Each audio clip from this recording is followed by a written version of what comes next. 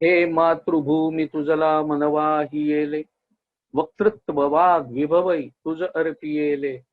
तू ते चर्पिली नवी कविता रसाला, लेखा प्रति विषय तूच अनन्य झाला. देव देश आणि धर्म यावर मनापासून प्रेम करणाऱ्या उपस्थित सर्व सज्जन हो, आपल्या सगळ्यांना विजयादशमीच्या हार्दिक शुभेच्छा. अमेरिकेमध्ये विजयादशमी उद्या असली तरी भारतामध्ये आज आहे आणि त्यामुळे या आजच्या पावन पर्वावरला आपल्याला सगळ्यांना शुभेच्छा देतो. विजयादशमी, मुळात विजयादशमीची एक कथा आहे, ती कथा आधी सांगतो आणि मग आपल्या विषयाकडे आपण सुरू करू. विजयादशमी कथा आहे कौत्स आणि वरतंतू या दोघं गुरु शिष्यांची. कौत्स मुळात अतिशय गरीब होता. गुरुकुलामध्ये त्याचं शिक्षण झालेलं आहे. गुरुकुलामध्ये, कारण प्राचीन काळी गुरुकुलामध्ये ऍडमिशनला कोणत्याही प्रकारचं ऍडमिशन फी किंवा तत्सम फी, डोनेशन वगैरे हे प्रकार नव्हते. तिथे बघितली जायची ती फक्त हुशारी बघितली जायची आणि त्यामुळे कोणत्याही प्रकारच्या आर्थिक परिस्थितीतल्या मुलाला तिथे ऍडमिशन सहज असायची. तो निवडेल तो विषय तिथे नसायचा, म्हणजे चॉईस त्याच्याकडे नसायचा बरं का. तो कोणत्या विषयात त्याला उत्तम गती आहे हे त्याचे शिक्षक ठरवायचे आणि ते बघितल्यानंतरच त्याला त्या विषयामध्ये परवानगी दिली जायची शिक्षण घेण्याची. तशा प्रकारचा कौत्स होता. वरतंतूकडून त्याने शिक्षण घेतलं आणि शिक्षण घेतल्यानंतर त्याला असं वाटलं की गुरुपौर्णिमेची जी परंपरा चालू झाली ती त्यामुळेच चालू झाली की तिथे फुकट शिक्षण असल्यामुळे आपण फुकट घेतोय काहीतरी, ज्ञान हे कधीही फुकट घेऊ नये असं आपल्याकडे सांगितलेलं आहे. आणि त्यामुळे त्याला असं वाटलं की आपण एवढं शिक्षण घेतलं, आपण काहीतरी द्यायला पाहिजे. म्हणून तो वरतंतूंच्याकडे गेला आणि त्यांना म्हणाला की मला काहीतरी द्यायचंय तुम्हाला गुरुदक्षिणा म्हणून. ते म्हणाले, अरे तू काय देणार? कारण त्याची असलेली परिस्थिती त्यांना माहिती आहे आणि म्हणून त्यांनी सांगितलं तू काही देऊ नकोस, तुझ्याकडून काही अपेक्षाही नाहीये, जा बाहेर पड, शिक्षण झालेलं आहे, उत्तम कर काम. तो म्हणाला तसं नाही, मला द्यायचंच. गुरुजींनी 2-3 वेळा त्याला तसंच घालवून लावला की काही नकोय तुझ्याकडून, कारण परिस्थिती माहितीये गुरूंना सुद्धा. तरी हा चिवट, हा ऐकेना. शेवटी याला जे जमणार नाही असं काहीतरी सांगावं असं म्हणून वरतंतूंनी एक आकडा सांगून टाकला. ते म्हणाले, जा 14 कोटी सुवर्ण मुद्रा आणून दे. त्यांना माहिती आहे काही याला जमणार नाही आणि हा निघाला तिथून की काही झालं तरी आपल्या गुरूंनी जे मागितलेलं आहे ते पूर्ण करायला हवं म्हणून. आणि मग आपल्याला जमत नाही अशा वेळेला पालनकर्ता कोण असतो, तर तो सत्ताधीश असतो, राजा असतो. म्हणून तो राजाकडे गेला आणि राजाला त्याने हात जोडले आणि त्याला विनंती केली रघुराजाकडे. रघुराजा म्हणजे रामांचे पूर्वज बरं का. रघुराजांच्याकडे जाऊन हात जोडून त्यांना सांगितलं की बाबा रे, माझ्या गुरूंनी कधी नव्हे ते एवढं एकच मागणं माझ्याकडे मागितलं की 14 कोटी सुवर्ण मुद्रा त्यांना हव्या, तर तेवढ्या तू मला दे, कारण माझ्याकडे नाहीयेत, मी गरीब माणूस आहे. राजा म्हणाला, अरे बाबा दिलं असतं मी हे सगळं तुला, फक्त म्हणाला तुला उशीर झाला. कारण म्हणाला मी विश्वजित यज्ञ केला, त्या यज्ञामध्ये मी सगळं देऊन टाकलेलं आहे. राजसूय यज्ञ, अश्वमेध यज्ञ आणि विश्वजित यज्ञ हे 3 प्रकारचे यज्ञ आपल्याकडे सांगितलेले सम्राट होण्याकरता. यातला सगळ्यात कठीण आहे तो विश्वजित, कारण विश्वजित मध्ये राजांनी आपलं सगळं देऊन टाकायचं असतं. त्यामुळे राजा सुद्धा स्वतः हा वनामध्ये राहतोय. तो म्हणाला नाहीये माझ्याकडे काही. कौत्स म्हणाला, ते मला काही माहिती नाही, मी याचक म्हणून आलेलो आहे तुझ्याकडे आणि तुझी प्रजा आहे, त्यामुळे तुझं कर्तव्य आहे, त्यामुळे तू मला काहीतरी द्यायला पाहिजेस. म्हणाला आता काय करावं. शेवटी रघुराजांनी कुबेरावरती स्वारी करायचं ठरवलं.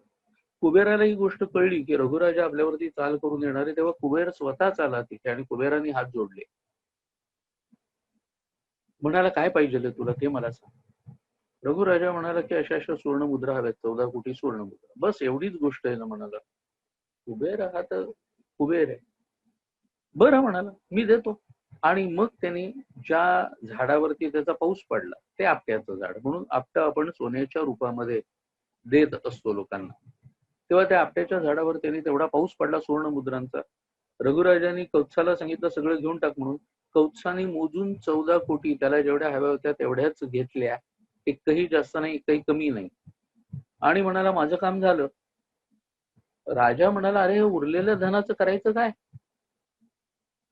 तेही तू घेऊन जा, कारण तुझ्याकरता मागवले. त्यांनी हात जोडले राजाला आणि म्हणाला मला हव्या होत्या माझ्या गुरूंच्या करता, तेवढी मागणी पूर्ण आहे, इतक्या मला मिळाल्या, आता याच्यावरती मला माझ्यासाठी काहीही नको. बघा लक्षात घ्या, ह्या कथा काही काही आपल्याला शिकवत असतात. आपण आपला विचार असाच करू नाही की कौत्साच्या जागी जर आपण असतो तर आपण काय केलं असतं. आपल्याला खरं म्हणजे तेवढ्या सगळ्या पडलेल्या सुद्धा कमी झाल्या असत्या. तेव्हा अशी आपली सगळ्यांची गत असते. इथे कौत्स मात्र सांगतोय स्वतः दरिद्री असून की मला फक्त माझ्या गुरूंनी सांगितलं तेवढ्याच हव्यात, बाकीच्यावर माझा अधिकार नाही. राजा म्हणाला आता या उरलेल्यावर माझाही अधिकार नाही, मग काय करावं. मग राजाने प्रजेला सांगितलं की या आणि हे सोनं लुटून आपापल्या घरी घेऊन जा. म्हणून सोनं लुटण्याची जी प्रथा आहे, इथे लुटणं हा चांगल्या अर्थाने बरं का शब्द. तेव्हा ते देणं घेणं हा जो प्रकार होतो तो त्यामुळे होतो आपल्या इथे काही काही. आणि मग त्या दिवशीपासून विजयादशमीचं साधारणपणे सांगितलं जातं की पांडवांनी शमीच्या वृक्षावरून आपली शस्त्र खाली काढली ती आजच्याच दिवशी, म्हणून शस्त्रास्त्रांचं पूजन केलं जातं आज. आमच्यासारख्या लेखकाचं शस्त्र म्हणजे त्याचं कलम किंवा कम्प्युटर. तेव्हा बाकीच्यांचं जे काही शस्त्र असतं वेगवेगळ्या प्रकारचं पेन वगैरे, त्यांनी त्यांची पूजन करावं. पण घरात काही शस्त्र असली तर त्यांचं पूजन अवश्य करावं. त्या निमित्ताने धुवून पुसून साफसूफ तरी होतात नाही का. असो, आपल्याकडे पुरोगाम्यांचं लगेच सेक्युलर मंडळी धावून येतात इथे भारतामध्ये, आणि त्यांचं म्हणणं असं असतं की ती नको रे झाडं नका ओरबडू, निसर्गाचा नाश करताय. मला सांगा की झाडं वाढण्याकरता झाडांची पानं तोडणं हे आवश्यक असतं. निसर्गाचा नाश इतक्या वर्षात हजारो वर्ष किमान ही परंपरा चालत आलेली आहे. हजारो वर्षात ना आपट्याचं झाड कधी नष्ट झालेलं आहे, ना आंब्याचं झाड नष्ट झालेलं आहे. पण हिंदूंच्या प्रथा वगैरे असल्या की यांना एकाएकी यांचा जो सिलेक्टिव्ह सेक्युलरपणा आहे ना, तो सगळा उफाळून वरती येतो. आणि मग हिंदूंनाच उपदेश करत बसायचा की ह्या अशा प्रकारांनी झाडांची नासधूस करू नका म्हणून. बाकीच्या वेळेला रक्ताचे पाठ वाहिले जातात बाकीच्या धर्माच्या लोकांच्या वेळेला, त्यावेळेला यांची बोलण्याची हिंमत सुद्धा नसते. ही अवस्था असते. देवो दुर्बल घातकः असं आपल्याकडे म्हटलं. अश्वम नैव गजम नैव व्याघ्रम नैव च नैव च अजापुत्रो बलिम दद्यात देवो दुर्बल घातकः. अश्वम नैव गजम नैव, अश्व नाही म्हणजे घोडा नाही, हत्ती नाही, वाघही नाही, यांचा बळी दिला जात नाही. मग बळी कोणाचा दिला जातो, अजापुत्रो बलिम दद्यात. जो बिचारा गरीब बिचारा बकरा असतो त्या बकऱ्याला, बळीचा बकरा असं नाही का आपल्याकडे म्हण सुद्धा आहे, त्याला बळी दिलं जातं. देव सुद्धा दुर्बलाचं रक्षण करायला अशा वेळेला पुढे येत नाही. म्हणजे आपलं रक्षण आपल्याला करायचंय. विजयादशमी शिकवते ते हे शिकवते, हे लक्षात घ्या. आणि म्हणून हे मुद्दाम आपल्याला ही कथा सांगितली, त्याच्या मागचं कारण हे. आता गेल्याच शतकामध्ये होऊन गेलेल्या ज्या क्रांतिकारक स्त्रिया आहेत, आपण एक याच्यामध्ये सूत्र कायम ठेवलं नाही का, की रामायणातल्या स्त्रिया आपण पाहिल्या, आपण महाभारतातल्या स्त्रिया पाहिल्या, त्यानंतर आपण स्वातंत्र्य युद्ध जे चालू झालं त्या स्वातंत्र्य युद्धाच्या अगदी पहिली असलेली आहुती म्हणजे झाशीची राणी पाहिली, आणि त्याच्यानंतर आज आपण काही त्या काळातल्याच असलेल्या काही स्त्रिया ज्या स्वातंत्र्य संग्रामात पुढच्या काळात म्हणजे गेल्या शतकात, पण झाशीची राणी म्हटली तरी ती गेल्या शतकात आहे, पण अगदी गेल्या शतकामध्ये म्हणजे भगतसिंग, राजगुरू, सुखदेव यांच्या काळामध्ये असं म्हणायला काही हरकत नाही. तेव्हा अशा काळात काही स्त्रिया ज्या आपण पुढे आल्या. आता मला सांगा, शांती घोष आणि सुनीती चौधरी या दोघी बंगालमधल्या, एकीचा जन्म आहे कोलकाता मधला, दुसरीचा आहे कोमिल्ला मधला आहे. कोमिल्ला आता बांगलादेशात आहे. तेव्हा इथला या दोघींचा जन्म. क्रांतिकारकांची स्त्रियांची एक दीपाली विंग नावाची एक विंग होती, त्याच्यामध्ये या दोघी सहभागी झालेल्या. या शाळकरी मुली येतो, हे लक्षात घ्या की सुनीती आणि शांती दोघी शाळकरी मुली 8वी मध्ये शिकतायत. आणि असं असताना या मुलींनी तिथला जो कोमिल्लाचा मॅजिस्ट्रेट होता स्टीव्हन्सन, हा स्टीव्हन्सन छोट्या मोठ्या अपराधासाठी सुद्धा भल्या मोठ्या शिक्षा ठोठवायचा. का? कारण ब्रिटिशांच्या लेखी खेळ होता हो. तुम्ही आम्ही नेटिव्ह होतो, काळे लोक होतो, त्यांच्या दृष्टिकोनातून आम्ही जगलो काय मेलो काय त्यांना काही फरक पडणार नव्हता. त्यांना इथे फक्त त्यांचं राज्य चालवायचं होतं. ब्रिटिशांचं राज्य फारच न्यायाचं वगैरे वगैरे गोडवे गाणारे दुर्दैवाने आजही भारतामध्ये लोक आहेत. पण ते पाहिल्यानंतर मला आश्चर्य वाटतं, असं वाटायला लागतं की या लोकांनी काही इतिहास वाचलेला नाही बोल.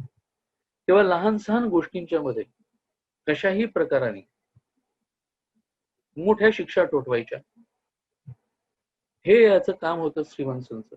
आणि हे पाहिल्यानंतर कुठे बरं त्यांना माहितीये की अशामुळे आपल्याला काहीतरी होऊ शकतं. कारण कोलकात्यामध्ये अनुशीलन वगैरे अशा सारख्या समिती, युगांतर, नवशक्ती, संध्या यासारख्या ज्या समिती होत्या, हे सगळे क्रांतिकारक आपल्या कुठेतरी जीवावर उठलेले असणार. म्हणून हा काय करायचा, आपल्या बंगल्यामध्ये बसूनच सगळं न्यायदानाचं काम करायचं. आणि असं करत असताना यांनी विचार असा केला की पोलीस बंदोबस्त भरपूर ठेवलेला होता. पोलिसांच्या बंदोबस्तात आपण आपल्या घरी बसून हे सगळं करतोय.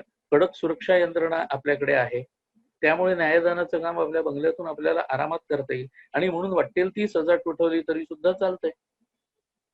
या याच्यामध्ये हा माणूस होता स्टीव्हन्सन. या 14 वर्षाच्या दोघी मुली शाळेचा युनिफॉर्म घालून बरं का एका बग्गीतून समोर उतरल्या. त्याच्या बंगल्याच्या समोर बरोबर दप्तर होतं. ते दप्तर घेऊन आतमध्ये शिरल्याबरोबर तिथल्या रक्षकाने विचारलं काय काम आहे. मुली आहेत, शाळेचा गणवेश आहे म्हटल्यानंतर आणखीन जास्त काय विचारायचं. अल्लड दिसतायत. त्यांनी सांगितलं काही नाही, आमच्या शाळेमध्ये ना एक कार्यक्रम आहे, आमचा ना वार्षिक समारंभ आहे आणि त्यामुळे तिथे काही स्पर्धा वगैरे होणार आहेत. तर त्या स्पर्धांचं निमंत्रण आम्हाला साहेबांना द्यायचंय आणि त्यांच्या हस्ते जर बक्षीस समारंभ होऊ शकला तर तसंही आम्हाला बघायचंय, तर जाऊ द्या ना आम्हाला आतमध्ये. त्या रक्षकाने काही जास्त हुज्जत घातली नाही. लहान मुली दिसतात, त्यांनी आतमध्ये सोडलं.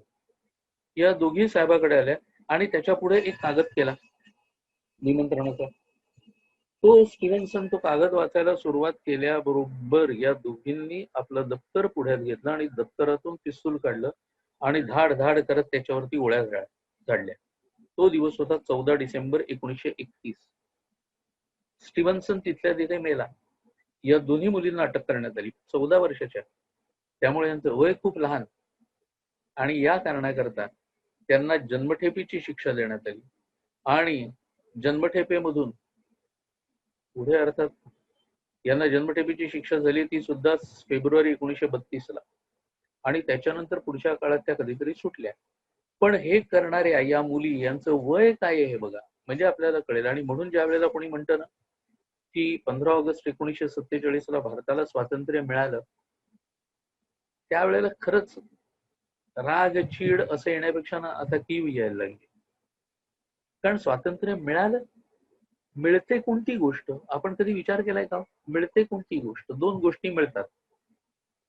एक भीक मिळते आणि दुसरं दान मिळतं.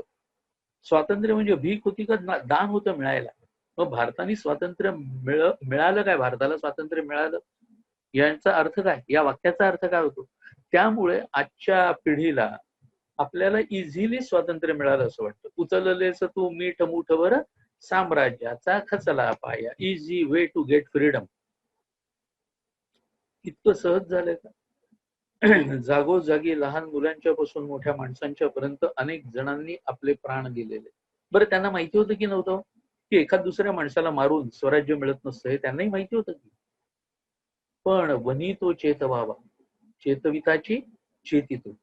त्याप्रमाणे better to lit a candle than to curse the darkness, असं जे म्हटलं जातं, त्याप्रमाणे आपल्या परीने त्यांनी एक पणती लावायचा प्रयत्न केला. त्या पणतीचा पुढे जो वणवा झाला याच्यामुळे ब्रिटिशांना जावं लागलं. त्यामुळे याच्या पुढे तरी आपण बोलताना 15 ऑगस्ट 1947 या दिवशी भारताने स्वातंत्र्य मिळवलं असं म्हणायला पाहिजे. मिळवलं या शब्दामध्ये त्याग आहे, पराक्रम आहे, ओज आहे, तेज आहे. मिळालं या शब्दात काय आहे, ज्याने त्याने विचार करावा. म्हणजे मग आपल्याला कळेल की आपण नेमके काय शब्द वापरतो, काय वापरायला पाहिजे. दुसरी तशीच कल्पना दत्त, 27 जुलै 1913 ला तिचा जन्म झाला. ती पुढे मॅट्रिक पर्यंत शिकली. हिंदुस्थान रिपब्लिकन आर्मी त्यावेळेला, हिचं नाव कदाचित आपण ऐकलं असेल. चंद्रशेखर आझादांनी स्थापन केली. भगतसिंग राजगुरूंच्या संदर्भात हिंदुस्थान सोशलिस्ट रिपब्लिकन आर्मी हे नाव येतं. इथे सोशलिस्ट हा शब्द नाहीये. सोशलिस्ट हा शब्द भगतसिंगांच्या आग्रहामुळे घालण्यात आलेला होता. इथे हिंदुस्थान रिपब्लिकन आर्मी आहे आणि त्या आर्मीमध्ये ती सहभागी झालेली होती. तिच्याकडे टेहळणी करण्याचं काम दिलेलं आणि असं टेहळणी करता करता एक दिवस ती पकडली गेली, अटक झाली तिला.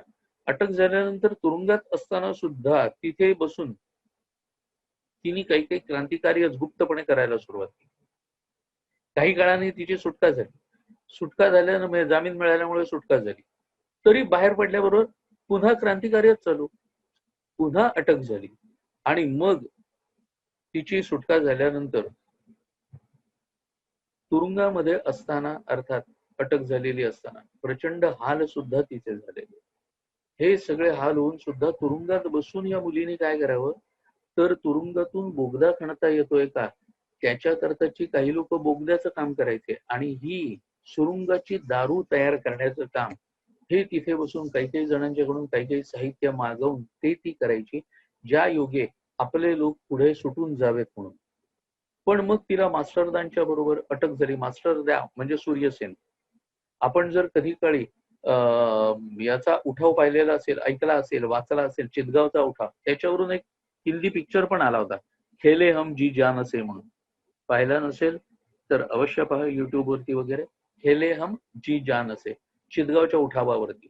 सूर्यसेन, या सूर्यसेनला मास्टरदा म्हणायचे आणि सूर्यसेनच्या बरोबरच कल्पना दत्तला सुद्धा अटक करण्यात आली. तिचेही त्यांच्या बरोबरच प्रचंड छळ, मास्टरदांचा तर खूपच छळ करण्यात आला. सूर्यसेनानं तर फाशी देण्याच्या आधी तोंडातले सगळे दात पाडून टाकण्यात आलेले होते. प्रचंड मारहाण केलेली होती आणि अशा अवस्थेमध्ये सूर्यसेनांना फाशी देण्यात आलेलं होतं. पण चितगावचा उठाव, मुळातच तो उठाव हा एका भाषणाचा विषय सुद्धा नाही, इतका मोठा तो उठाव होता. त्यात सगळी तरुण मुलं आणि मुली हे त्याच्यामध्ये आलेले होते. पुढे कल्पना दत्त सुटल्यानंतर सुद्धा स्वातंत्र्य मिळूनही अनेक वर्ष जिवंत होत्या बरं का. 1995 मध्ये त्यांचा मृत्यू झालेला आहे. यांच्याच सारखी, कल्पना दत्तांच्याच सारखे आणखी एक स्त्री म्हणजे प्रीतिलता वाडेदार. ही प्रीतिलता सुद्धा ती चितगावचीच, तिचाही जन्म 1911चा आहे. चितगावच्या जवळ ढोलघाट मध्ये जगबंधू आणि प्रोतिमा वाडेदार यांच्या पोटी तिचा जन्म झाला. 1927 मध्ये ती मॅट्रिक झाली. अत्यंत हुशार होती. 1930 मध्ये ती BA झाली आणि त्याच्यानंतर कल्पना दत्त, मगाशी नाव घेतलं ते, रेणू रे, कल्पना मुखर्जी या सगळ्यांच्या सह ती स्वतः सुद्धा हिंदुस्थान रिपब्लिकन पार्टीची सदस्य झाली. ढोलघाटला नंदन कानन नावाच्या शाळेमध्ये ती स्वतः मुख्याध्यापिका सुद्धा होती. 24 सप्टेंबर 1932 ला मास्टरदांच्याकडून सूचना मिळाली की पहाडतळी रेल्वे स्टेशनच्या जवळ एक युरोपियन क्लब आहे आणि त्या युरोपियन क्लब वरती बरेच युरोपियन तिथे वीकेंडसाठी वगैरे जमत असतात. तसेही रोज संध्याकाळी तिथे जमतातच सगळे. तेव्हा त्या क्लबवरती जर एकदम आपण हल्ला केला आणि त्यांना जर मारलं तर खूप मोठा धक्का बसेल. आणि मग ही सुद्धा तिथे त्यांच्यामध्ये सामील झालेली होती. सामील होण्यापूर्वी त्या ढोलघाट मधून काहीतरी चाललेलं आहे कळल्यामुळे एकदा ढोलघाटवरती पोलिसांचा हल्ला सुद्धा झालेला होता, घेरावही पडलेला होता, ज्याच्यामध्ये अपूर्व आणि निर्मल सेन ही 2 तरुण मुलं कामी आली, हौतात्म्य प्राप्त झालं त्यांना. मात्र मास्टरदा आणि प्रीतिलता तिथून सहजपणे निसटले होते. ती तर मुलींना आवाहन करायची की अरे नवयुवक मरायला तयार आहेत, तेव्हा तुम्ही आम्ही सुद्धा पुढे यायला पाहिजे. आजचं आपलं काम एवढंच आहे की सर्वोच्च त्याग म्हणजे बलिदान, एवढं लक्षात ठेवा आणि तुम्ही सगळ्या जणी पुढे या, असं ती आव्हान मुलींना सुद्धा करायची आणि मुलींना त्या आर्मीमध्ये सहभागी होण्याकरता ती स्वतः प्रवृत्त करायची. अखेरीस ठरलेल्या वेळेला त्या युरोपियन क्लबवरती एकाएकी या क्रांतिकारक मुलींनी हल्ला केला, प्रचंड गोळीबार केला आणि त्या गोळीबारामध्ये 11 अधिकारी मेले, 13 अधिकारी मेले आणि 11 अधिकारी जखमी झाले. बॉम्ब फेकून परतताना पकडले जाऊ नये याकरता हे सगळे क्रांतिकारक आपल्या जवळ सायनाइडची गोळी ठेवायची. का तर पकडलं गेलं तर त्या झटापटीमध्ये तातडीने ती गोळी तोंडामध्ये टाकता यावी आणि जेणेकरून आपण जिवंत पकडलं जाता कामा नये. ही सगळी काळजी ते घ्यायचे आणि अशा पद्धतीने काळजी घेत प्रीतिलता वाडेदारने खूप काम केलं आणि नंतर पुढे ती स्वतः सुद्धा अशीच गेली. याच क्रांतिकार्याच्या मध्ये त्या काळातच आणखी एका दाम्पत्याचं काम आपल्याला दिसतं बरं का. जसं अनेक तरुण मुलं पुढे येत होती, तरुण मुली पुढे येत होत्या, त्याचप्रमाणे भगवती चरण वोरा आणि त्यांची पत्नी दुर्गादेवी किंवा दुर्गा भाभी यांचं जे कार्य आहे ते आपल्याला मोठं विलक्षण आणि उठून दिसतं. अत्यंत श्रीमंत परिवारातले भगवती चरण, तसं बघायला गेलं तर काही गरज नाही. दुर्दैव बघा या माणसाचं की या दोन्ही पती पत्नींनी क्रांतिकारकांना नेहमी मदत केली, पण काकोरीचा कट हा सगळा झाल्यानंतर त्याच्यानंतर काही काही क्रांतिकारक काही काही मुलं पकडली जात होती. ही पकडली जात असताना एकदा अशफाकुल्ला खान हे स्वतः भगवती चरणांच्याकडे मदत मागायला येत होते, अफगाणिस्तानात निसटून जायचंय म्हणून. त्यावेळेला कोणीतरी त्यांना भेटून सांगितलं की भगवती चरण आता पोलिसांचा माणूस आहे, तो सीआयडीचा खबऱ्या आहे, त्यांच्याकडे कशाला जातोस. आणि म्हणून अशफाकुल्ला भगवती चरणांकडे गेले नाहीत आणि पुढे ते पकडले गेले. रामप्रसाद बिस्मिल, ठाकूर रोशन सिंग, अशफाकुल्ला खान वगैरे हे सगळे क्रांतिकारक पुढे फासावरती गेले. अर्थात या क्रांतिकारकांच्या ज्या कथा आहेत ना त्या तर मी 57 ते सावरकर अशा सलग 9 ते 10 दिवस सांगत असतो. त्याच्यावरची माझी सीडी सुद्धा आहे, समरगाथा म्हणून. म्हणजे या क्रांतिकारकांचं कार्य थोडक्यात सांगण्यासारखं एवढं मोठं आहे की एका राजगुरूंच्या वरती जर माझं पुस्तक आहे क्रांतिकारक राजगुरू म्हणून, कारण राजगुरूंचं चरित्र मराठी माणसाला तरी कुठे माहिती आहे. अहो, राजगुरूंची शताब्दी साजरी केली पंजाबमध्ये. मराठी लोकांना राजगुरू हा आपल्यातला माणूस होता हे माहिती सुद्धा नाही, मराठी माणूस होता हे सुद्धा माहिती नाही. तिथल्या एका वर्तमानपत्राने राजगुरूंच्या वरती रंगीत पुरवणी काढली, पण आपल्याकडच्या पेपरला मध्ये मात्र स्वस्थता होती. फक्त त्या दिवशी राजगुरूंच्या वरती मीच एक लेख लिहिला होता, तेवढाच प्रकाशित झालेला होता. ही जर आपल्या क्रांतिकारकांच्याकडे बघण्याची दृष्टी असेल आणि अनास्था असेल, कोण काय करणार, कारण हे आपल्याला माहिती नाही. मग वासुदेव बळवंतांचं चरित्र मी लिहिलं.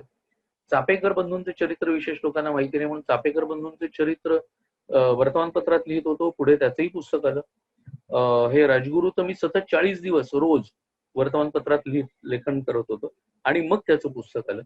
तेव्हा अशी क्रांतिकारकांची सुद्धा चरित्र मी लिहिली ना ती या कारणाकरता लिहिली. जसं शिवरायांची युद्धनीती मी लिहिलं की महाराजांची युद्धनीती काय होती ही लोकांना कळायला पाहिजे. नाहीतर आम्ही फक्त एवढंच ऐकलंय की गनिमी कावा, महाराज लढले कसे, गनिमी काव्याने. मी अनेकांना विचारतो की हा गनिमी कावा म्हणजे नेमका काय रे, सांगता येत नाही. गनिमी कावा मुळात हा शब्द इंग्रजीत ज्याला गुरिल्ला वॉर म्हणतो, हा शब्द मुळात स्पॅनिश आहे, स्पॅनिश भाषेतून आलेला तयार झालेला शब्द. पण याचा फक्त अर्थ एवढाच आहे की अवचित हल्ला करणं आणि मारणं. म्हणजे काय, अहो त्याला काहीतरी स्ट्रॅटेजी असेल ना, तो सगळीकडे सर्रास नाही ना वापरता येत. आता मैदानी प्रदेशात, सपाट प्रदेशामध्ये गनिमी कावा म्हणजे अवचित हल्ला करणं शक्य आहे का. सपाट प्रदेश आहे, तुम्ही लपून कुठे राहणार आहात तिथे. सावरकरांनी याला फार छान शब्द सुचवलाय. सावरकर त्याला वृकयुद्ध म्हणतात. वृक म्हणजे लांडगा, म्हणजे शब्दशः लांडगे तोड. लांडग्याला आपल्या भक्ष्याला मारतात असं ते कधी आपण पाहिलं असेल तर डिस्कव्हरी चॅनलवरती वगैरे वेगवेगळ्या अॅनिमल वगैरे सगळ्यावरती वेगवेगळ्या चॅनलवरती बघताना नीट बघा म्हणजे आपल्याला तर ते हरिण पुढे धावत असतं आणि लांडगे काय करतात, दोन दोनाचा गट करतात, त्याच्या डाव्या उजव्या बाजूनी ते पळत राहतात आणि पळताना हरणाची सहज सवय असते की मागे किती आलेला आहे आपल्यावरती, आपल्याला पकडणारा ते बघत असते मागे. लांडगा काय करतो की ज्या बाजूनी हरिण बघत असताना त्याच्या विरुद्ध बाजूनी जाऊन एकदम डास मारतो. डास मारणं म्हणजे चावा घेणं, लचका तोडतो. तेव्हा एकदम त्याला चावतं. हरिण एकदम बावचळतं की अरे मला या बाजूनी मागे दिसतोय लांडगा आणि इथून हल्ला कुठे झाला, म्हणून हरिण डावीकडे बघायला लागतं. डावीकडे बघता बघता आता उजवीकडचे पुढे येतात, डावीकडचे अंतर राखायला सुरुवात करतात बरं का, स्लो होतात खूप, त्यामुळे ते खूप मागे राहतात. पण आता उजवीकडचे पुढे येतात आणि ते एकदम लचका तोडतात. असं करत त्या हरणाला फार बावचळवतात आणि मग मारतात. महाराजांच्या लढ्या आठवणी बघा म्हणजे आपल्याला कळेल की महाराजांनी अशा तंत्राचं, हिंदीमध्ये याला छान शब्द आहे छापामार तंत्र असा एक शब्द आहे. अवचित हल्ला करणं, पण तो हल्ला कसा करायचा याची सुद्धा एक व्यवस्थितपणे सूत्रबद्ध मांडणी केलेली, आखणी केलेली. ही नीट सांगण्याकरता म्हणून मग शिवरायांची युद्धनीती हे पुस्तक मी आणि दुर्गेश परुळकर अशा दोघांनी मिळून लिहिलं. मग पानिपतचा रणसंग्राम लिहिलं. मग गोव्याचा मुक्ती संग्राम लिहिलं. कारण गोवा सगळ्यात उशिरा स्वतंत्र झालं 1961 मध्ये. आणि गोव्यामध्ये लोकांनी काय काय केलं आणि कशा प्रकाराने क्रांतिकार्य केलं दुर्दैवाने आज ते माहिती म्हणून त्याच्यावरती लिहिलं. ते या कारणाकरता. तेव्हा भगवती चरण आणि दुर्गादेवी, दुर्गाबाबींचं लग्न झालं ना त्यांच्याबरोबर, ते केवळ वयाच्या 10व्या वर्षी लग्न झाले. दोघही पती पत्नी मात्र इतक्या एका विचाराने चालणारे की ते बघून आपल्याला आश्चर्य वाटत. अत्यंत श्रीमंत परिवारातले असून म्हणजे पैशाची ददात नाही. कारण काय आहे या सगळ्यात पडण्याचं? बरं, भगवती चरणांचं शरीर मल्लयुद्ध आणि व्यायाम करून तयार झालेलं, इतकं तयार झालेलं की एक दिवस त्यांच्या गल्लीमध्ये एक सांड घुसला. सांड म्हणजे बैल, उधळलेला बैल होता. लोक धावायला लागली सैरा वैरा. तसे भगवती चरण पुढे झाले. त्यांनी दोन्ही हातात त्याची शिंग पकडली आणि त्याला मागे रेटायला सुरुवात केली. आणि मागे रेटून असा काही त्याच्या मानेला हिसका दिला की तो सांड पळत सुटला. म्हणजे शरीर सुद्धा कमावले, तितकंच मन सुद्धा कमावले. अशा प्रकारचे होते. 17 डिसेंबर 1928 सॉन्डर्सला मारलं. भगतसिंग आणि राजगुरू या दोघांनी सॉन्डर्सला मारलं. सॉन्डर्सला मारल्यानंतर सगळीकडे चौक्या पहारे बसलेले होते. आणि या चौक्या पहाऱ्यातून आता लाहोर मधून सुरक्षितपणे बाहेर पडायचं. बाहेर पडायचं तर ते कसं पडायचं? सगळ्यातून सुरक्षित निघायला पाहिजे, कारण नाही तर लाहोरमध्ये पकडलं जाऊ लागणार. बरं, सगळीकडे पोलिसांनी तपासणी वगैरे ही तर सुरू केलेली होती. आता अशा वेळेला जो कुठे कुटुंबवत्सल माणूस असेल ना, अशाची जास्त तपासणी व्हायची नाही. भगतसिंग तर त्यावेळेपर्यंत दाढी आणि केस राखलेले वगैरे असे होते बरं का. भगतसिंगांनी त्या सॉन्डर्सला मारल्यानंतर तातडीने आपले केस आणि दाढी उतरवून टाकली. मग जो भगतसिंगचा फोटो आपण बघतो ना, तो तलवारगट मिशी असलेला आणि कॅप घातलेला वगैरे, तो पुढच्या काळातला आहे. तोपर्यंत भगतसिंग सरदारजी सारखे केस आणि दाढी राखूनच होते, हे लक्षात घेण्यासारखे. तेव्हा आता यांनी विचार केला की आपण निसटायचं कसं. पंडितजी सहजपणे निसटले. पंडितजी म्हणजे चंद्रशेखर आझाद. आझादांनी काय केलं तर रामनामाची शाल अंगावर ओढून घेतली, हातात चिमटा घेतला, अंगाला राख लावली आणि साधूंच्या टोळीमध्ये सामील झाले. राधा रानी के चरण महारानी के चरण मनवा भूल मत जयो राधा रानी के चरण असं म्हणत म्हणत गात गात त्या सगळ्या साधूंच्या टोळीच्या बरोबर ते पोलिसांच्या समोरून लाहोर मधून निसटूनही गेले. आता आतमध्ये जे उरलेले होते त्यांना सुरक्षित बाहेर काढायचे होते. याकरता सुखदेव गेला भगवती चरणांच्याकडे. भगवती चरणांची पत्नी होती दुर्गाभावी.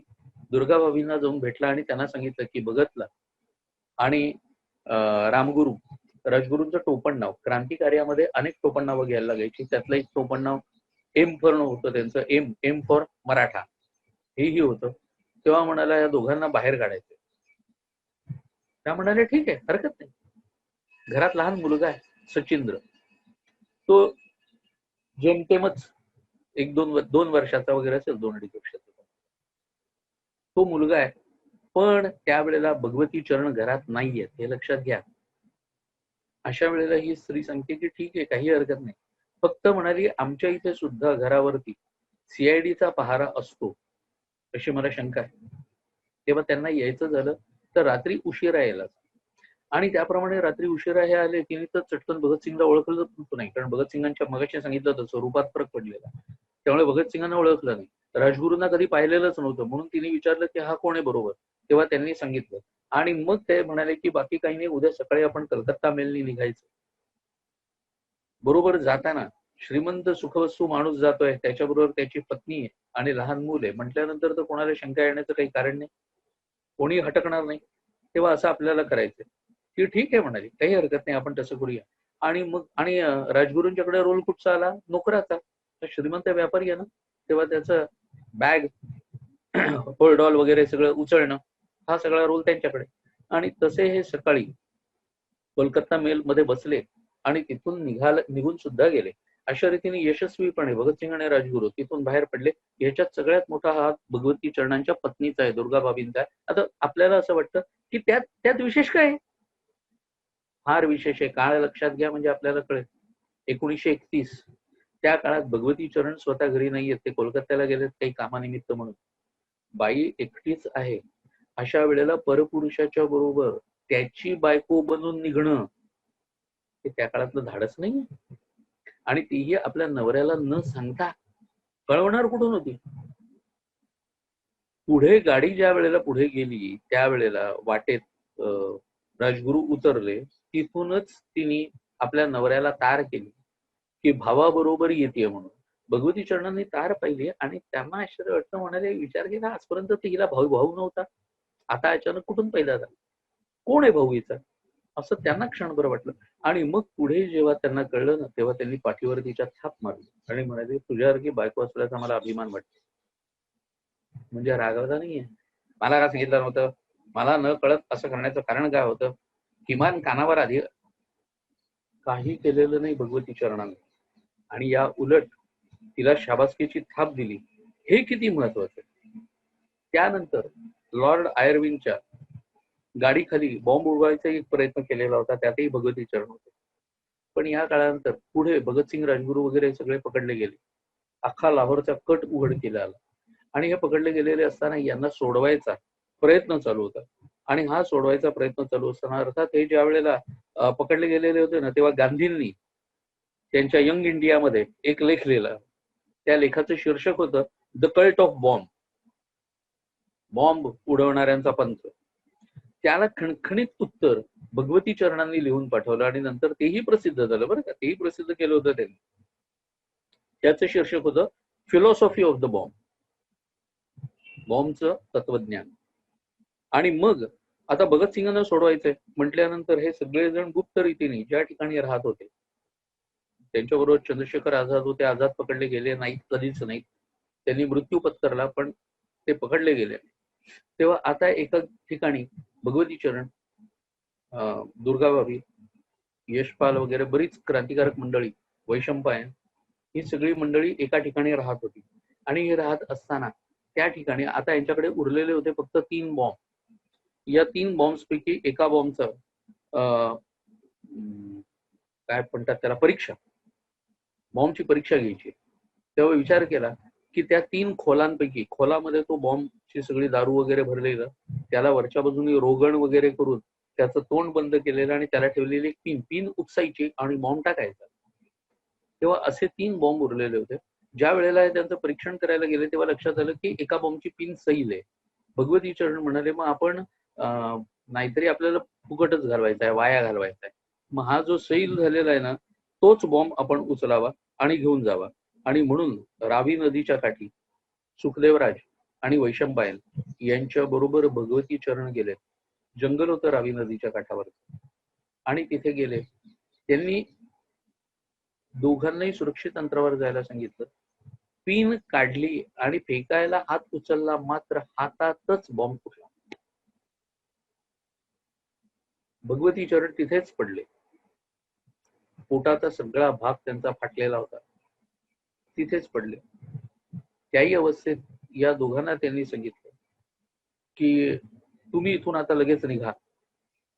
यांनी अर्थात शर्टच्या वगैरे चिंध्या करूनच त्यांच्या पट्ट्या लावून कशी तरी त्यांची जखम दाबून धरायचा प्रयत्न केला. डॉक्टर दिसतोय का म्हणून त्याच्या शोधामध्ये ते बाहेर गेले आणि मग परत जंगलामध्ये येऊन बघतायत तोपर्यंत भगवती चरण गेलेही होते. शेवटी तिथेच खड्डा खणला आणि भगवती चरणांना तिथेच मूठमती दिली. चिता तर रस्ता येत नाहीये, कारण आग लागली तर पोलिसांची नजर जायची आणि पोलीस तिथे बघायला यायचे. आणि या एका कारणाकरताच भगवतींना तिथेच मूठमती दिली. तो दिवस होता 28 मे. आणि भगवती चरण गेलेले. घरी आता आल्यानंतर दुर्गादेवींना सांगायचं कसं हा प्रश्न पडला. पंडितजींच्या कानावर कसं तरी घातलं आणि मग चंद्रशेखर आझादांनाही कळेना की आपण काय बोलायचं.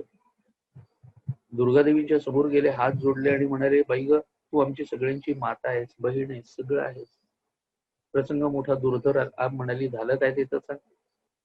नाही म्हणाला, काय करावं काय नाही ते कळत नाहीये, कारण तुला त्यांचं अखेरचं दर्शनही होऊ शकलेलं. म्हणाली, म्हणजे? मग त्यांनी सांगितलं भगवती चरण असे असे गेले म्हणून. आता या बाईची अवस्था बघा काय झाली. हे लपून राहत आहेत त्या घरामध्ये. हिला धड मोकळेपणाने मोठ्याने रडता सुद्धा येत नाही, शोकही व्यक्त करता येत नाहीये, अशी अवस्था झाली. आणि दुर्गादेवींनी तरी सुद्धा ते सगळं दुःख मुकाट्याने गिळलं. आता यांचा खटला अंतिम टप्प्यात आलेला, भगतसिंगांचा वगैरे. त्यावेळेला यांनी ठरवलं काहीतरी करूया. त्याच वेळेला गदर उत्थान, जो गदरचा उठाव अयशस्वी ठरलेला होता, त्या गदर उत्थानातला एक क्रांतिकारक होता ज्याचं नाव होतं पृथ्वीसिंग. यांनी विचार असा केला की मुंबईला जाऊन, दुर्गादेवींचा विचार, मुंबईला जाऊन मुंबईचा गव्हर्नरच उडवावा. आणि म्हणून सुखदेवराज आणि पृथ्वीसिंग यांच्यासह त्या मुंबईला आल्या. छोट्या सचिंद्रला, जेमतेम 3 वर्षाचा आता हे मूल, याला आपल्या एका परिचिताकडे ठेवलं आणि त्या स्वतः मुंबईला आल्या. मुंबईला एकाच दिवसात 2-3 वेळा गव्हर्नरची भेट घ्यायचा प्रयत्न केला. गव्हर्नरची भेट काही होऊ शकली नाही. त्यामुळे अतिशय चडपडाट झाला. आणि मग शेवटी संध्याकाळच्या वेळेला परतताना गिरगावला लॅमिंग्टन रोडवरचं जे पोलीस स्टेशन, त्या लॅमिंग्टन रोडवरच्या पोलीस स्टेशनवरच बेछूट गोळीबार करून आपलं सगळं पिस्तूल रिकामं केलं.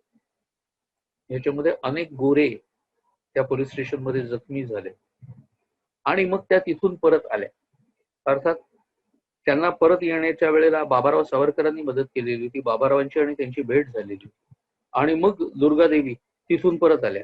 1931 ते 1935 चा काळ असा दिसतो की दुर्गादेवींना सतत अटक, जामीन, सुटका यातच ही 5 वर्ष या बाईंनी घालवली. मग पुढे त्यांनी एका कन्या विद्यालयामध्ये नोकरी पत्करली. 1939 मध्ये त्या मद्रासमध्ये गेल्या आणि मद्रासमध्ये मरियम मॉन्टेसरी कडून मॉन्टेसरीचं शिक्षण घेतलं. आणि पुढे त्यांनी 1940 मध्ये 5 मुलं घेऊन मॉन्टेसरी शाळा ही चालू केली गाझियाबाद मध्ये. आणि त्या गाझियाबाद मध्येच पुढे 14 ऑक्टोबर 1999, ही वर्ष मी मुद्दाम सांगतोय म्हणजे स्वराज्य मिळाल्यानंतर ही लोक इतके काळ होती सुद्धा त्याच्यातले कित्येक जण. 1999 मध्ये गाझियाबाद मध्ये त्यांचा मृत्यू झाला. तर मला सांगा की या सगळ्या क्रांतिकारकांनी कुठचा ताम्रपट मिळवण्याकरता हे केलं नव्हतं. स्वातंत्र्य सैनिक म्हणून पेन्शन मिळवण्याकरता हे सगळं केलेलं नव्हतं. त्यांच्या पेन्शन करता सुद्धा इतरांनी जेव्हा सरकार दरबारी बरेच खेटे, विनंत्या, अर्ज वगैरे केले, त्यावेळेला या लोकांना पेन्शन मिळायला लागली. नाही तर तोपर्यंत तिथे सुद्धा अनास्थाच होती, ही अवस्था होती. या उलट या देशात स्वातंत्र्य सैनिक म्हणून मिरवले कोण, याच्या अनेक सुरस कहाण्या मी स्वतः ऐकलेल्या आहेत. स्वतः काही स्वातंत्र्य सैनिकांच्या तोंडून ऐकलेल्या आहेत, हे सुद्धा लक्षात घ्या. आज इतकी वर्ष झाली, त्यावेळेला मला आश्चर्य वाटतं. एकदा मध्य प्रदेशात होतो एका शहरामध्ये, त्यावेळेला तिथे एका माणसाने सांगितलं, स्वातंत्र्य सैनिकांचाच भाग होता, कारण 1942च्या आंदोलनाची मला असं वाटतं 100च्या निमित्ताने, 50च्या निमित्ताने एक कार्यक्रम होता. तेव्हा त्या कार्यक्रमाला मी गेलो होतो. तिथले त्या शहरातले 5-7 उरलेले लोक हे होते स्वातंत्र्य सैनिक तिथे. त्यातल्या एकाने मला सांगितलं, तो समोरचा स्वातंत्र्य सैनिक आहे तो काय माहितीये का म्हणे तुम्हाला, आज खूप मोठा गब्बर आसामी आहे म्हणे, राजकारणातली सुद्धा खूप मोठी आसामी आहे. म्हणतो का काय झालं, तर म्हणाले हा घरून निघालेला होता, म्हणाले ये निकले तो थे सब्जी लाने के लिए मंडी में. मंडी में जैसे ही गए वहां पे उन्होंने देखा कि वहां पे सत्याग्रहियों की टोली आ रही है और उनके पीछे पुलिस दौड़ रही है और पुलिस बेइंतशा डंडे बरसाने लगी. तो भैया ये निकले तो थे सब्जी लाने के लिए, केवल इतना देखा और वहीं पे ही गश खा के पड़े. पुलिस को लगा ये भी सत्याग्रही है, तो उन्होंने उनको उठाया और वैन में ठूस दिया, अंदर रख दिया 12-13 दिन. वहां से छूट गए तो निकले थे सब्जी लाने के लिए, बाहर आए स्वतंत्रता सेनानी बन के, और आज वो उसी की पेंशन खा रहे, उसी के लिए लोग बाग आज उनका आदर सत्कार कर रहे हैं. मला सांगा काय अवस्था होती. मी म्हटलं की तेव्हापासून मी 51 वर्षाचा, 51-52 वर्षाचा स्वातंत्र्य सैनिक शोधतो की जो मला असं सांगेल की माझी आई ज्या वेळेला निदर्शनात भाग घेतलेला होता ना तिने, त्यावेळेला मी तिच्या पोटात होतो. असे स्वातंत्र्य सैनिक होतात का हो? या उलट आपल्या जीवाची सुद्धा पर्वा न करता अनेक तरुण मुलं मुली ज्यांनी स्वराज्याकरता आपले प्राण वेचले, कोणा लोकांकरता नाही, भारतीयांच्या करता, तुमच्या आमच्या करता. आज आम्ही गाणं ऐकतो रेडिओवरती, छान वाटतं ऐकायला. भारतीय नागरिकांचा घास रोज अडतो ओठी, सैनिक हो तुमच्यासाठी. खरंच अडतो का? तुम्ही आम्ही प्रत्येकाने विचार करायला पाहिजे. आज जो काही मी सुखाने राहतोय, सुखाने चार घास खातोय, हे सगळं त्या ज्यांनी बलिदान दिलं, त्या सगळ्या मुला मुलींच्या, क्रांतीवीरांच्या रक्तावरती, त्यांच्या कलेवरावरती उभं राहून आज मी ही सुख भोगतो. या सगळ्याची कुठेतरी आतमध्ये जाण ठेवायला पाहिजे. आनंद करणं. मला लोक विचारतात ज्या वेळेला की तुम्हाला गाणी बजावणी किंवा हे सगळं हे काही पटत नाही का? आवडतं की, मी माणूसच आहे. विनोद आवडतो, गाणी आवडतात ना, मिमिक्री आवडते, नाटक सिनेमा आवडतं की, छान वाटतं. पण ह्या सगळ्याचं जीवनात स्थान किती हो? या सगळ्याचं भरलेल्या ताटामध्ये पक्वांना एवढं स्थान नसायला पाहिजे ना. हे असायला पाहिजे, सगळ्या रुची पाहिजेत.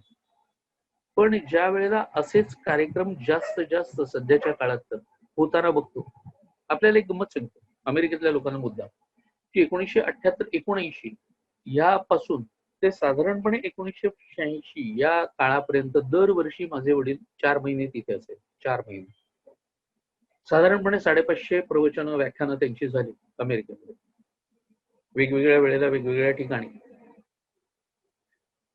मी स्वतः आता तिथे प्रयत्न करतो, त्यावेळेला मलाच काही जण विचारतात की अहो तुम्ही काय करता, असं तुम्ही काय नाटक करताय, मिमिक्री करताय, काय करताय? म्हणजे मी आता काही करत नाही, पण जे देतोय ना ते जीवनाकरता उपयोगी असलेला भाग देतो. काहींना आश्चर्य वाटतं, काहींना हसू येतं, नाही असं नाही.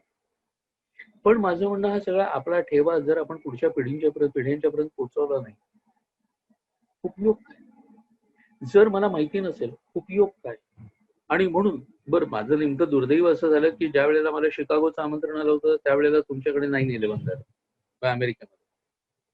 त्याच्यापासून बराच काळ मध्ये लोटला. त्याही वेळेला म्हणे, आणि आजही मला अनेक लोक विचारतात, तुम्ही पण मग तिथे आलात तर मग मानधन किती घेणार? तुमच्या मनावर म्हटलं. मानधन म्हणा, आमच्या पालकरांनी त्याला आणखी एक वेगळा छान शब्द सांगितला, दक्षिणा. तर म्हटलं ते काहीही म्हणा, मी कधीच सांगत नाही काय मी घेणार तिथे आल्यावर. तुम्हाला जर वाटलं द्या, नाही दिलं आनंद. बरं, मोठ्या मोठ्या मंडळातच कार्यक्रम व्हायला पाहिजे असंही कोणी सांगितलंय? घराघरात झाले तरी सुद्धा मला त्यात आनंद आहे. हे सगळं देणं, यात आनंद आहे. फक्त किमान राहणं आणि जाणं एका ठिकाणून दुसऱ्या ठिकाणी, एवढे तर भाग माणसाचे निभायला पाहिजे. हे सगळ्यात महत्वाचे असतात. हे मुद्दाम अगदी सहज आपल्या समोर अगदी काय खुलेपणाने बोलतोय. कारण आता इतके दिवस आपण बोलतोय एकमेकांशी, एकमेकांशी म्हणण्यापेक्षा खरं म्हणजे एकतर्फाच जास्त मीच बोलतोय. आजचा शेवटचा दिवस आहे, तेव्हा शेवटच्या दिवसाकरता म्हणून हे आपल्याशी बोललो होता. तेव्हा असे अनेक प्राचीन भारतीय संस्कृतीपासूनचे अनेक विषय हे आपल्याला जर आणखीन आपल्या पुढच्या पिढ्यांच्या पर्यंत पोहोचवायचे असतील, आपली भाषा पोहोचवायची असेल, कारण भाषा मेली की संस्कृती मरते, आणि संस्कृती मेली की तुमचा धर्म सुद्धा.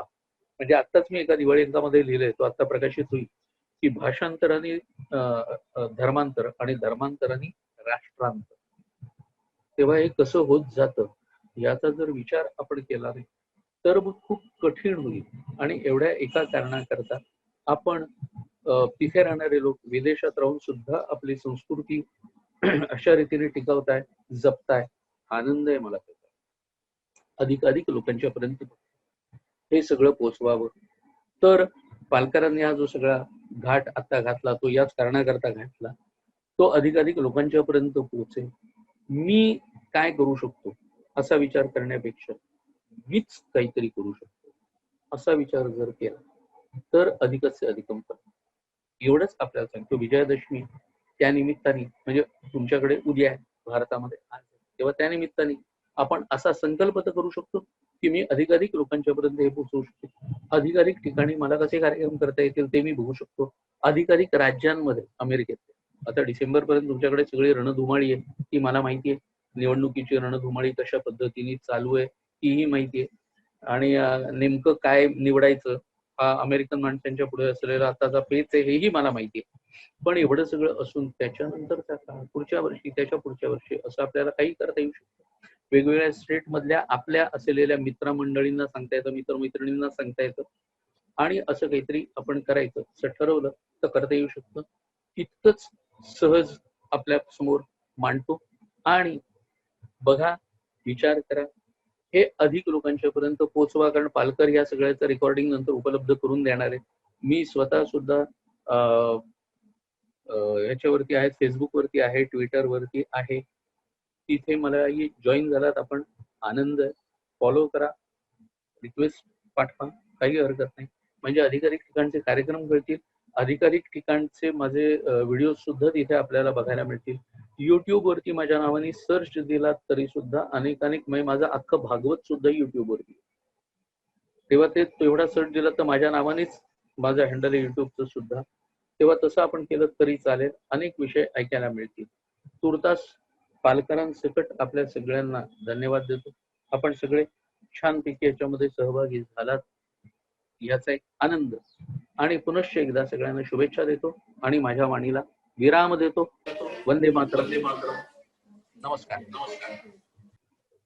तुम्ही दुर्गा भाभींची जी कथा सांगितली ती मी वाचली होती. मी भगतसिंगांवरची एक कादंबरी, एक इन्कलाब नावाची होती, मृणालिनी.